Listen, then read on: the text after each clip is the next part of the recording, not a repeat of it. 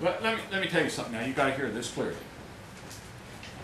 You can't do things that'll cause you to be put in prison. You can't do that. Because if you do something that puts you in prison, it shuts your mouth up, shuts your voice. You can't do that kind of thing. No, they were just walking down the street. She was sitting on the bus. But they still got sent to prison. No, they went to jail. They went to jail overnight. You don't want to commit a felony where you end up in prison. I'm convinced that some of us, before it's over, are going to be put in jail. And that's okay with me. I don't mind doing that. See? But some of you will. Now, and this is another point that you need to consider.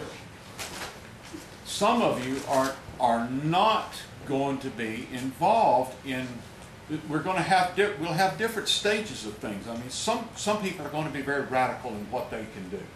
And some people can't. Some people just can't do that, and that's okay. There are different situations, and so there'll be different things that you can be involved in to do that will push this whole thing forward. Some of us, I'm convinced, need to be very loud. Some of us need to. Some of us can. See? If they put me in jail tonight, it won't hurt me a one whit tomorrow. It won't make a bit of difference. It'll make my voice louder if they do that. It won't hurt my finances. I don't depend on anybody else. I haven't had a job in 25 years.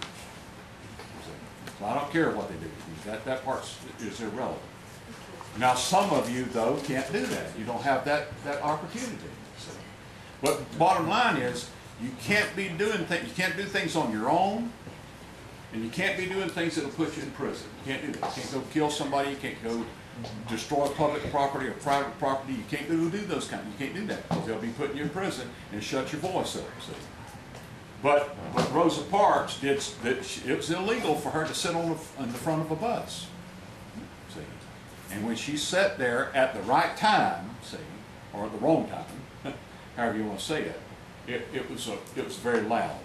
See, when they walked down that road heading to Selma, Alabama, walked arm in arm down that road, and they turned the dogs on them and the water cannons on them. It was very loud. And here's what I'm saying to you. I'm convinced that there are people in Washington right now that think like we do. There are senators and congressmen that know that this administration is trying to overthrow our Constitution. They know that. The problem is that they're too afraid to stand up and call these people liars and thieves. They're too afraid to do that. But if you speak loud enough, they will stand up and say what they need to say, and they can put a stop to the things. If this guy, John Boehner, the minority leader, were on television 5 times, if he were on television as much as Barack Obama is, saying that these guys are thieves and liars, there'd be people listening. And he'd catch a lot of flack about that. See? But he's got to be willing to stand up and do the right thing. He has to be. This guy, let me tell you what I think.